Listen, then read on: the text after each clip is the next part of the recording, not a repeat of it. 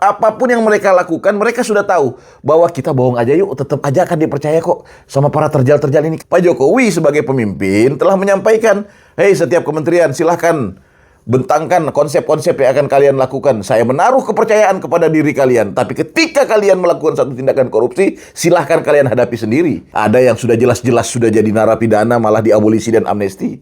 Kurang baik apa negara ini gitu loh. Tentu karena syahwat politik kalian yang sudah tidak sabar. Sudah nggak sabar banget menunggu 2029. Hari ini orang-orang sudah sibuk melempar-lempar foto Anies Baswedan. La ilaha illa anta subhanaka inni kuntu minadz zalimin. Kenapa kalian masih tidak menaruh kepercayaan kepada Prabowo Gibran sebagai pemimpin di bangsa ini?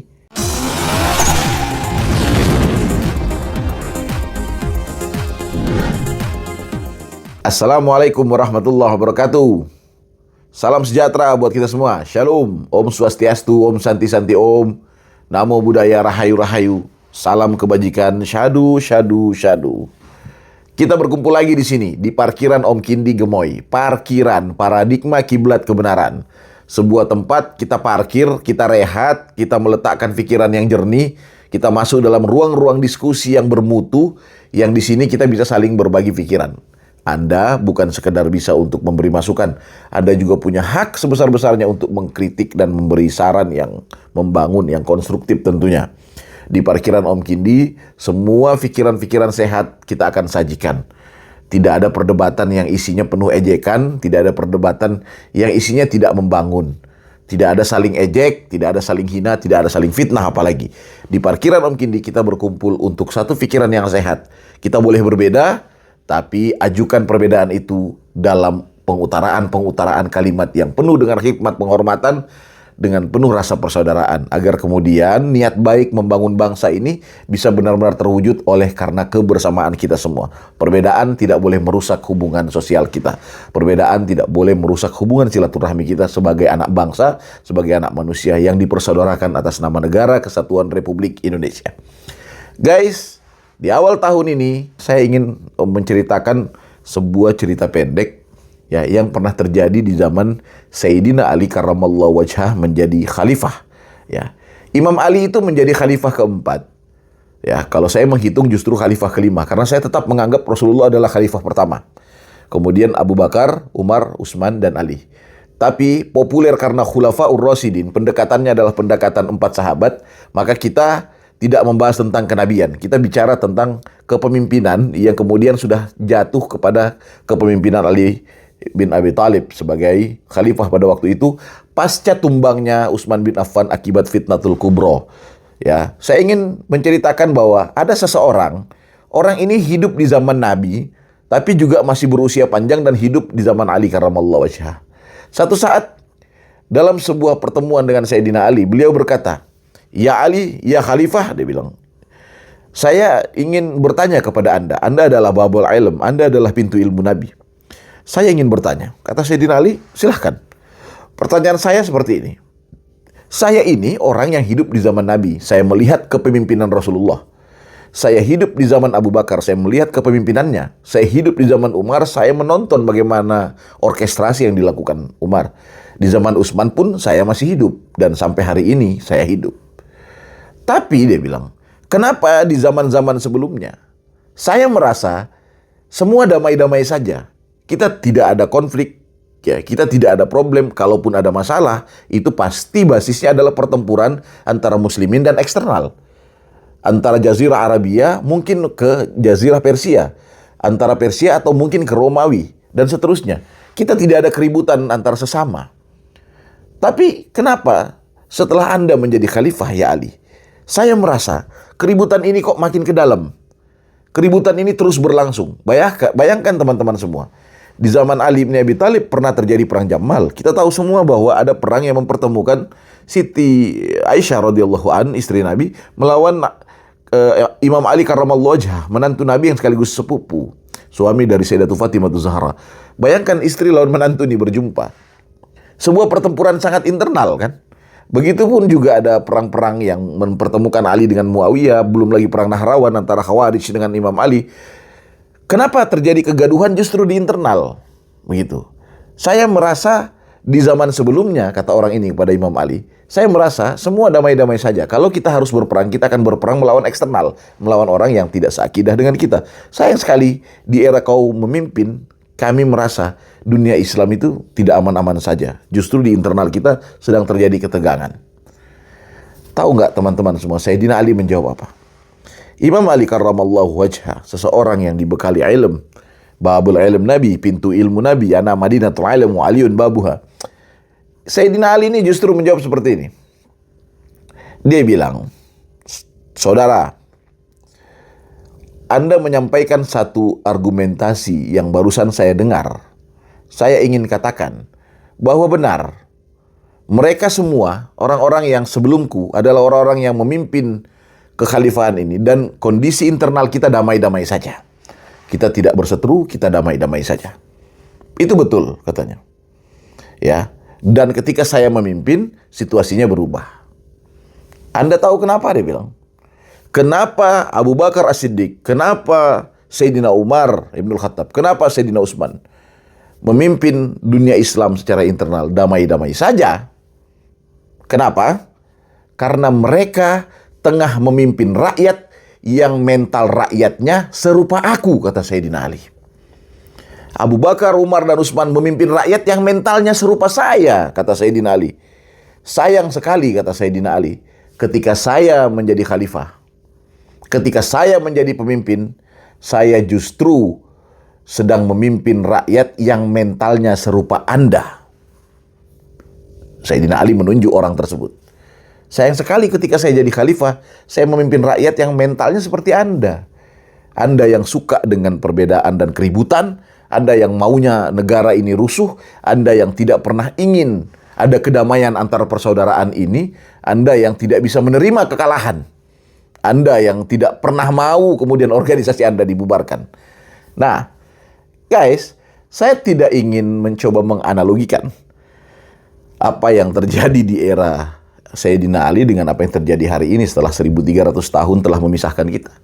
Akan tetapi guys, memang dapat terlihat mana komponen kelompok yang cinta bangsa, mana kelompok yang memang sampai detik ini berkepentingan terhadap sesuatu di bangsa ini dalam basis politik, dalam basis kepentingan jabatan, bisnis, dan lain sebagainya. Kemudian mereka akan mencari cara yang seolah-olah secara idealitas mereka kemukakan. Ya, seperti contoh kasus ijazah Pak Jokowi. Itu kemudian yang dikedepankan sebagai alibi untuk bercekcok di sana-sini. Alibi untuk tawuran-tawuran pikiran di sana-sini. Padahal tidak dalam spirit untuk sekedar mau mengorek terkait soal ijazah. Karena itu tidak akan merubah apa-apa. Ijazah Jokowi palsu pun tidak akan merubah apa-apa. Kenapa? Mahfud MD sendiri juga yang bilang tidak akan merubah segala kebijakan yang pernah beliau ambil. Sebab syarat mutlak menjadi pemimpin di bangsa ini, baik dia pemimpin daerah maupun pemimpin tertinggi, itu cukup dengan ijazah SMA. Tidak penting soal ijazah S1. Lantas kepentingan apa yang membuat mereka harus terus mengorek soal ijazah? Ya pasti hanya dalam rangka kepentingan politik. Mengaborsi sekaligus mendelegitimasi posisi Pak Jokowi untuk kemudian menghilangkan kepercayaan publik terhadap dirinya. Walaupun mereka yang berjuang ini sebenarnya tahu semua itu akan sia-sia saja. Mereka bermain-main framing, mereka bermain-main opini, karena mereka sudah punya pasarnya sendiri. Refli Harun mendapatkan keuntungan melalui kasus ijazah ini luar biasa. Penambahan followers dia, penambahan subscriber dia, penambahan keuangan dia menumpuk setiap hari. Bayangkan dia mendapatkan dari hasil dosa-dosa yang mereka bangun ini. Ya, dengan gaya-gaya yang mereka sadari bahwa sebenarnya mereka juga tahu bahwa apa yang mereka lakukan ini sia-sia, dan mereka juga mengetahui bahwa ini hanya politik belaka, ini hanya gimmick, tapi demi keuntungan-keuntungan tertentu mereka akan lakukan semua cara, walaupun korban terakhir adalah rakyat jelata, kelompok miskin kota dan desa yang tidak memiliki pemahaman apa-apa sebagai target dari operasi politik mereka. Sayang sekali guys, orang-orang ini memanipulasi kata-kata hanya untuk membangun framing-framing agar orang membenci Pak Jokowi dan terus meyakini bahwa Pak Jokowi adalah penjahat perang. Mereka mencoba mencocok logikan semua. Refli Harun dalam sebuah acara perjumpaan dengan mahasiswa bahkan dengan tegas mengatakan ada iming-iming terhadap yang 8 orang ini. Bahkan ada yang menjanjikan 100 miliar buat tim hukum mereka. Ya, mereka akan diberikan 100 miliar apabila mau bergabung dan kemudian tidak lagi mau membersamai perjuangan ini. Kemudian nanti transaksinya di Mekah segala macam. Coba dicocok logikan semua. Semua ini pintar sekali mereka beralibi. Walaupun mereka bilang, ya itu hanya cerita seseorang ya. Kami tidak tahu apakah ini benar atau tidak. Wallahu a'lam.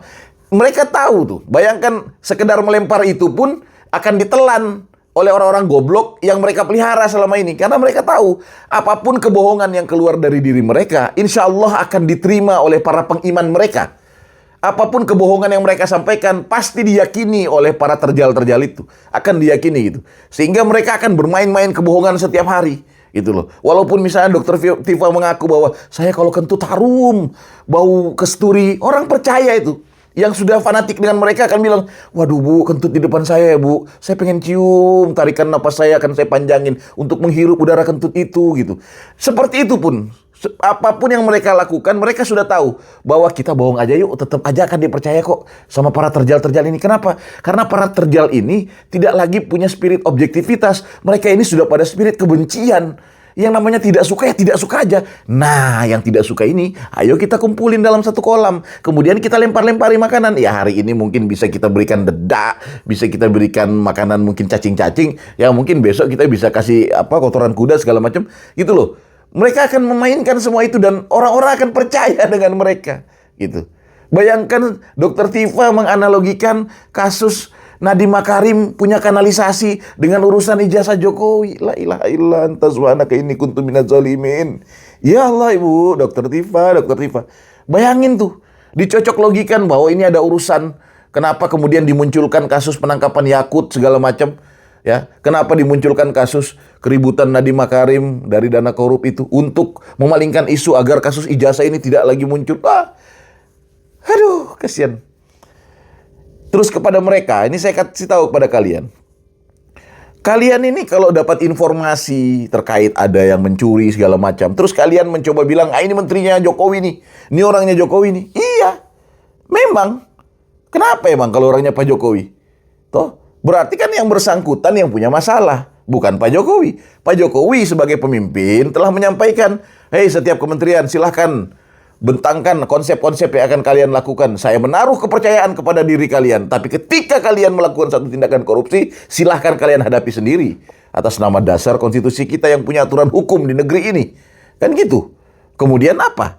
Bukankah jauh lebih bagus ketika kita mendengar informasi ada penangkapan korupsi? Kalau memang negara ini adalah negara yang jahat, maka mereka akan menutupi semua kejahatan mereka. Faktanya tidak. Ada yang kasus korup ditangkap, ada yang memang dipaksakan harus ditangkap, kan gitu. Ada yang sudah jelas-jelas sudah jadi narapidana malah diabolisi dan amnesti. Kurang baik apa negara ini gitu loh. Kurang baik apa gitu. Terus kalian dapat informasi dari mana misalnya kalau tahu bahwa ada pencurian yang terjadi di tambang, ada pencurian terjadi di nikel, ada pencurian terjadi di timah, ada pencurian kuota haji. Kalian dapat info dari mana? Ayo, kalau bukan dari negara.